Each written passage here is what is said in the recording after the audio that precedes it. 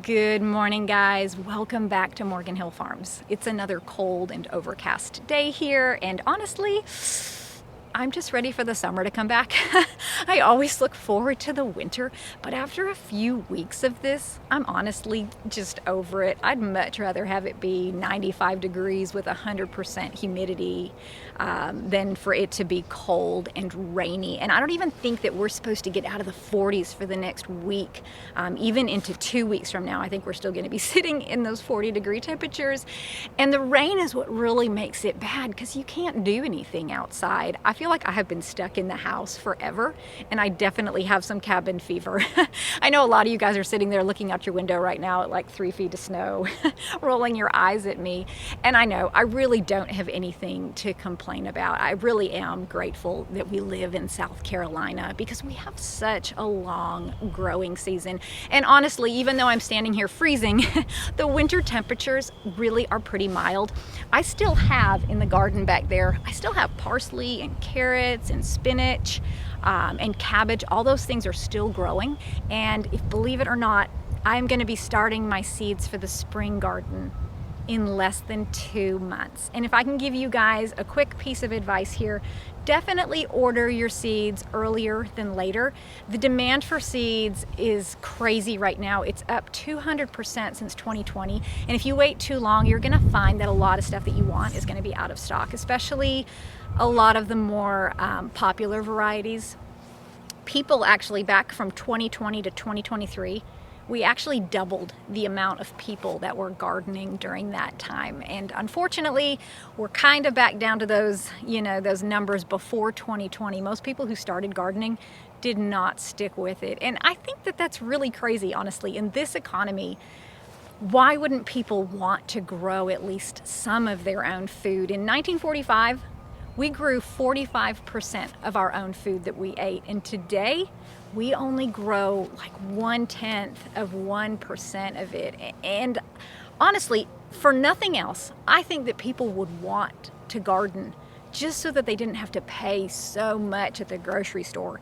I saw a study the other day that said that Americans are spending right now, they're spending 95% of their income on necessities. So many people are living paycheck to paycheck. It's almost 3/4 of Americans, which is absolutely crazy when you think about the fact that we live in one of the richest countries in the world. I always talk to you guys about inflation and how it affects pretty much every moment of your life every day and how much debt people have gone into because of this economy.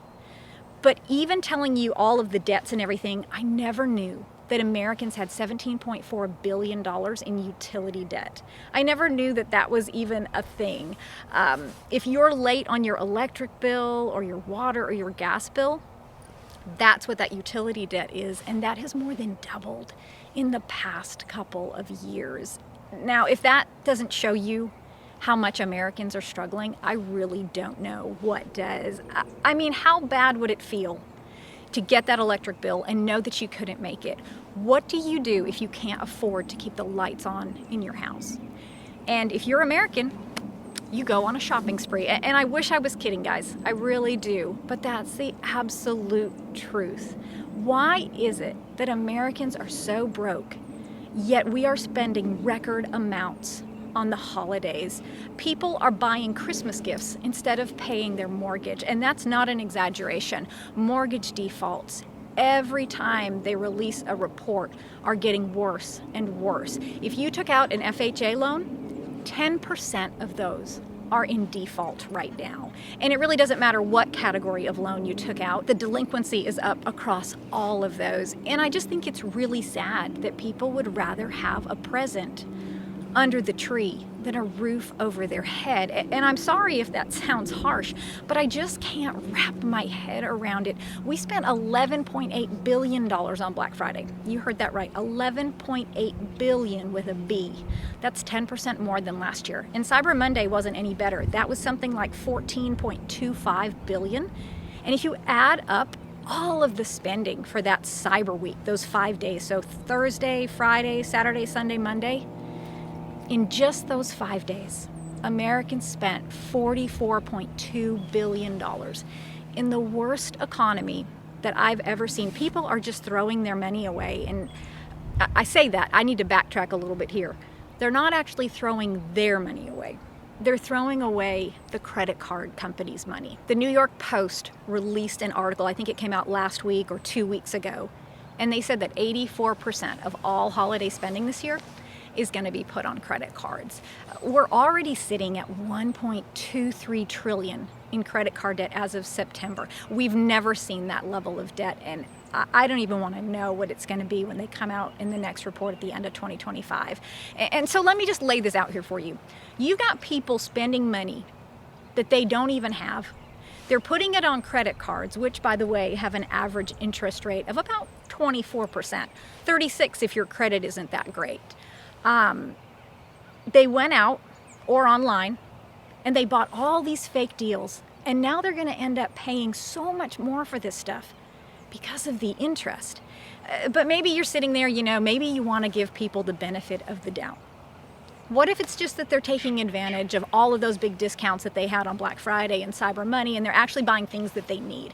And when you think about it like that, it kind of makes sense. You can order food off of Amazon, right? You can order medical supplies, even auto parts. And in my mind, if those items were on a deep discount, that would be a great thing to buy. But unfortunately, that is not what people bought. They bought cosmetics, electronics, video game consoles, and clothing. Those were the most purchased categories during those 5 days. And if you did any research at all, you saw that none of that stuff was even on sale. A lot of the things that I saw were the same price that they had been just a few months ago. So Amazon has this new little tool on there. It's called a price history. And you can see what items were selling for over the past 90 days. So for example, in September, you might have saw a video game that was $20. Well, they jumped that price up to $28 for a few months.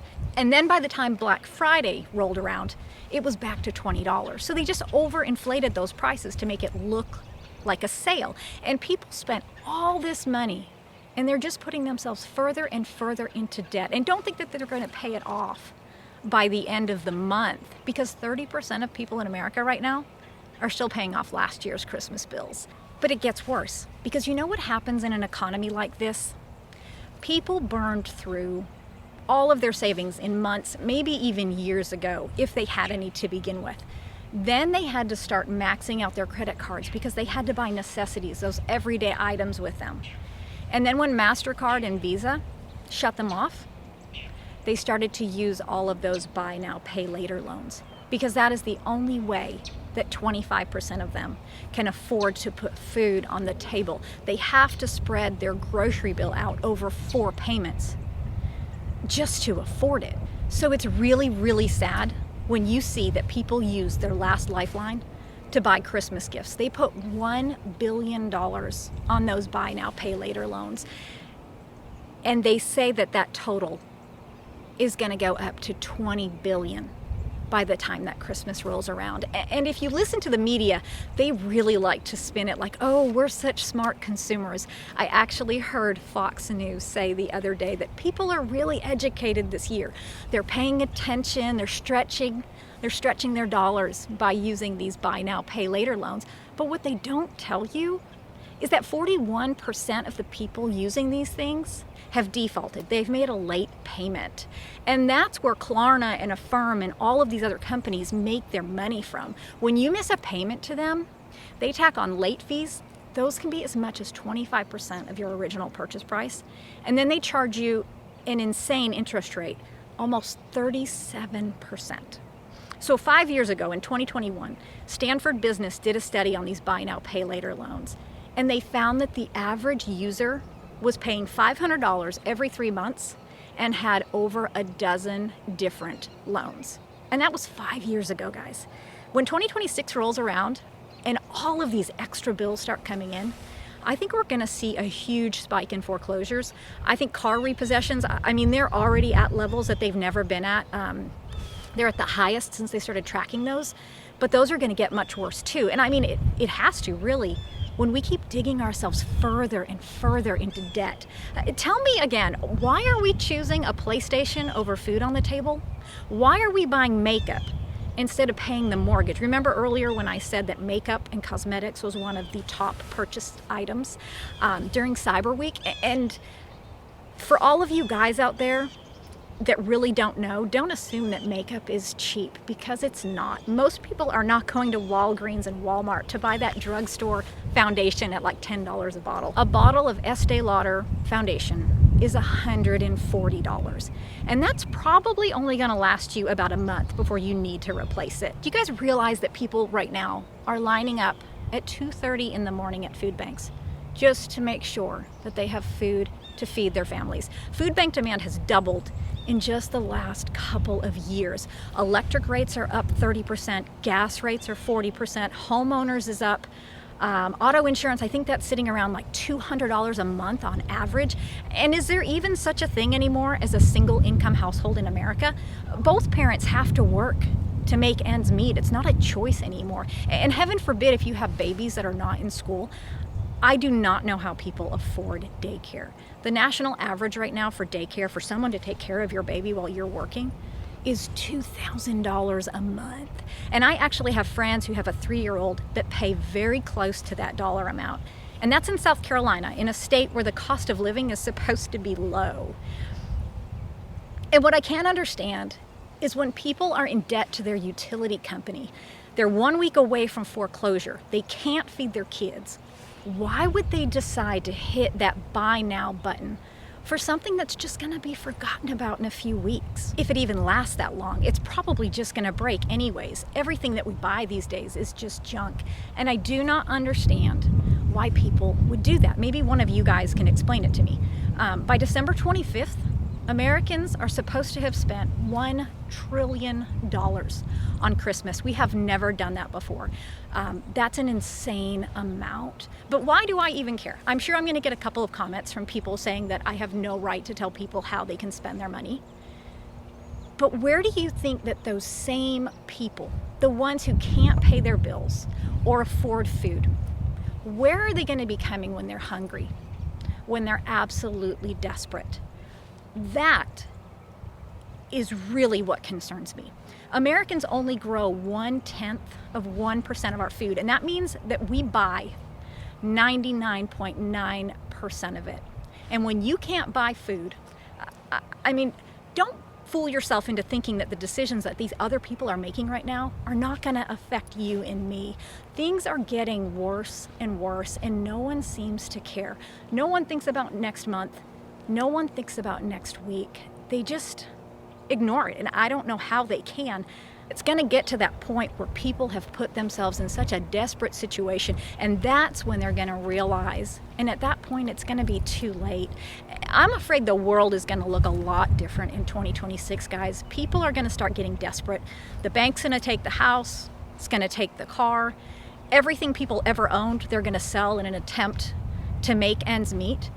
And when people get to this point, they're gonna have nothing. And that's when you're gonna see, I think, the universal basic income thing kind of come into play. And people are just gonna trade their freedoms for that because they have no other choice. But anyways, guys, I hope this opens your eyes.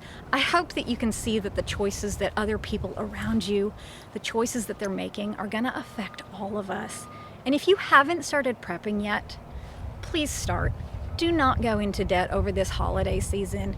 Buy things that are actually gonna help your family. Food, medical supplies. Buy things that are gonna ensure your family's well-being in the future. And don't waste your money on this cheap junk that's made in China that's just gonna be tossed in the corner or honestly donated to Goodwill in a few months. But anyways, guys, thank you so much for hanging out with me. I will see you in the next video.